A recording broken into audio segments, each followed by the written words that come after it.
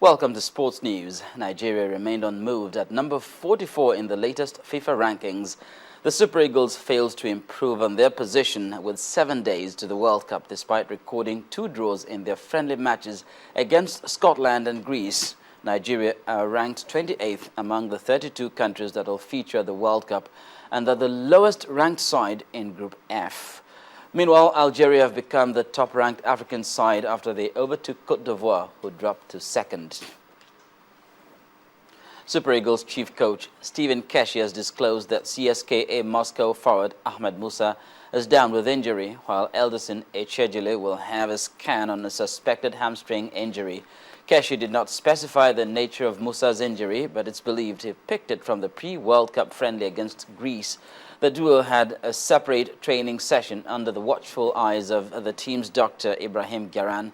The African champions trained on Thursday evening and will train only once tomorrow afternoon at the Jacksonville United Football Club pitch.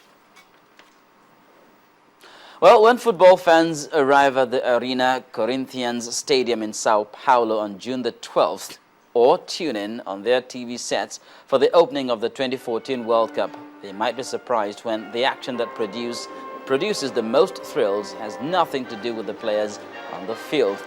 Threatening to steal the show is a marvel of modern-day science. Now, just before Brazil and Croatia take the field in the first game of the world's biggest football event, scientists will unveil to the public for the first time a mind-controlled robotic exoskeleton that makes it possible for paraplegics to walk again.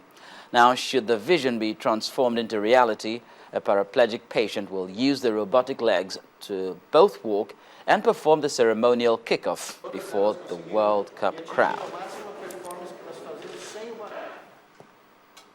To tennis now, Russia's Maria Sharapova booked her place in the French Open final for the 3rd year in a row when she beat up-and-coming Canadian Eugenie Bouchard 4-6, 7-5, 6-2.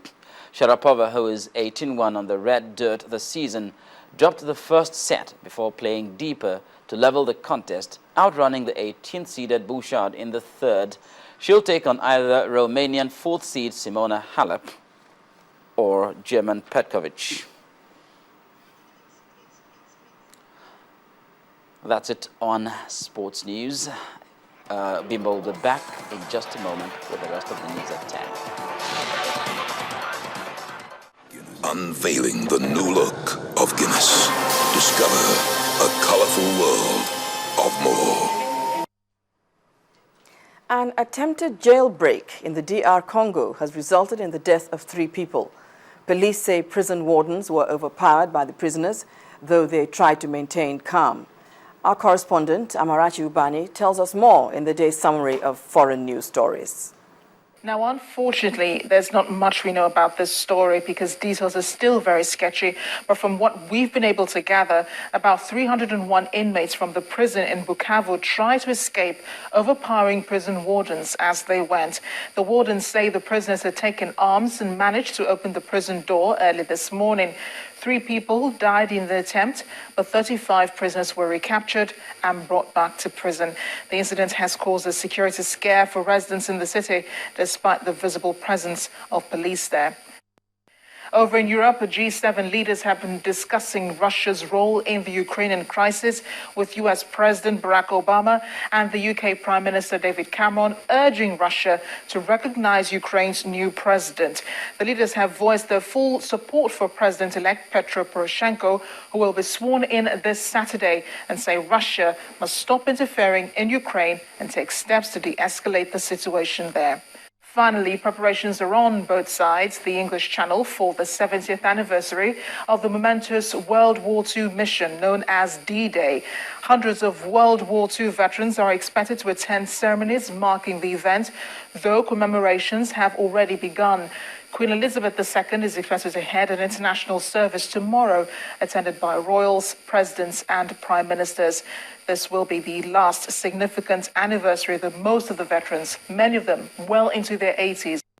Those were today's major headlines. It's back to Thanks, Amarachi. And the main news again. The new CBN governor, Mr. Godwin Emefiele, has taken full charge. In his first official address, he announced key reforms, including stopping charges on deposits with immediate effect. Suspected Boko Haram fighters have attacked Badari village in Borno State, killing 90 people. Eyewitness reports say the insurgents tricked the villagers to assemble and hear them preach before opening fire on them. And 301 prisoners have escaped from a prison in Bukavu, DR Congo. 35 of them have, however, been recaptured. Well, thank you for watching the news at 10 tonight. Join us again tomorrow. I'll be back. Bye for now.